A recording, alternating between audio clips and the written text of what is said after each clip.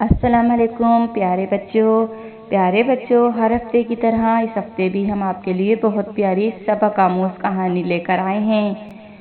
پیارے بچوں، ایک دفعہ کا ذکر ہے کہ ایک تالاب کے قریب ایک چھوٹے سے گھر میں 3 دوست رہتے تھے، بندر ماما، بلی موسی اور ایک چڑیا رانی۔ بلی موسی بہت چالاک تھی، جبکہ چڑیا بہت معصوم تھی اور بندر ماما بہت عقل مند تھے۔ تینوں میں پکی دوستی تھی، لیکن بلی بہت چالاک تھی۔ بلی میں ایک بری عادت تھی کہ وہ جھوٹ بولتی تھی۔ ایک مرتبہ تینوں دوستوں کا میٹھا کھانے کا دل چاہ رہا تھا، تو تینوں نے فیصلہ کیا کہ ہم تینوں مل کے کیک بناتے ہیں۔ تینوں نے مل کے کیک بنانے کی تیاری شروع کر دی۔ پھر تینوں دوستوں نے مل کر کیک بنایا۔ بلی نے کہا، کیک تیار ہونے میں ابھی وقت لگے گا۔ کیک بہت پیارا بن رہا تھا۔ بلی کے دل میں لالچ آ گئی۔ بلی نے کہا، ایسا کرو، تم دونوں تالاب پہ جا کے نہا کر آ جاؤ، پھر ہم سب مل کر کیک کھائیں گے۔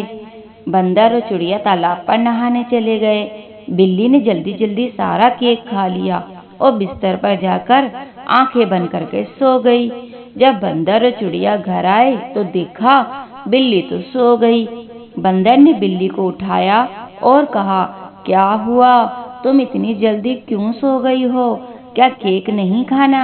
بلی نے کہا، تم لوگ کھا لو، میرے سر میں ابھی درد ہو رہا ہے، میں بعد میں کھا لوں گی، میرے لیے بچا کر رکھ دینا۔ بندر اور چڑیا جب کچن میں گئے تو انہوں نے دیکھا کہ کیک کی پلیٹ تو خالی پڑی ہے۔ بندر بلی کی چالاکی سمجھ گیا اور بلی کے پاس جا کر بولا، ہمارے حصے کا کیک کہاں ہے؟ بلی نے کہا، مجھے کیا پتا، کہیں تم لوگوں نے تو نہیں کھا لیا تاکہ مجھے کچھ نہ ملے۔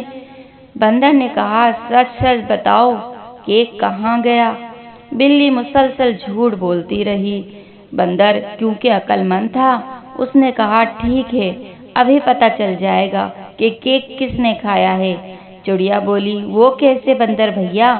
بندر نے کہا، چلو ہم تالاب کے پاس چلتے ہیں، پھر میں بتاتا ہوں کہ ہمیں کیا کرنا ہوگا۔ تینوں دوست تالاب کے کنارے پر پہنچ گئے۔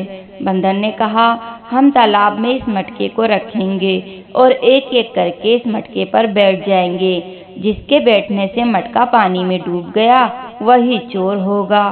پہلے بندر بھیا مٹکے پر بیٹھے، لیکن مٹکا نہیں ڈوبا۔ پھر چڑیا رانی مٹکے پر بیٹھی، تب بھی مٹکا نہیں ڈوبا۔ پھر بلی تھر تھراتی اور کانپتی ہوئی مٹکے پہ بیٹھی۔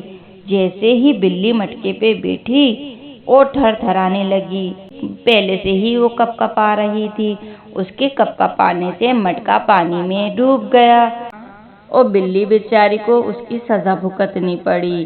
اس طرح بلی کو جھوٹ بولنے کی سزا مل گئی۔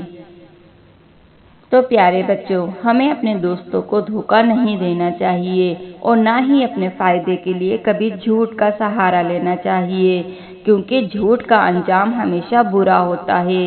ہمیں ہمیشہ سچ بولنا چاہیے، کیونکہ اللہ تعالیٰ سچے لوگوں کو پسند فرماتے ہیں اور انہیں آنے والی ہر مصیبت سے بھی نجات دلاتے ہیں۔ تو پیارے بچوں، آپ بھی مجھ سے عہد کریں کہ آپ بھی کبھی بھی جھوٹ نہیں بولیں گے۔ ملتے ہیں اگلی کہانی میں، جب تک کہ اللہ حافظ۔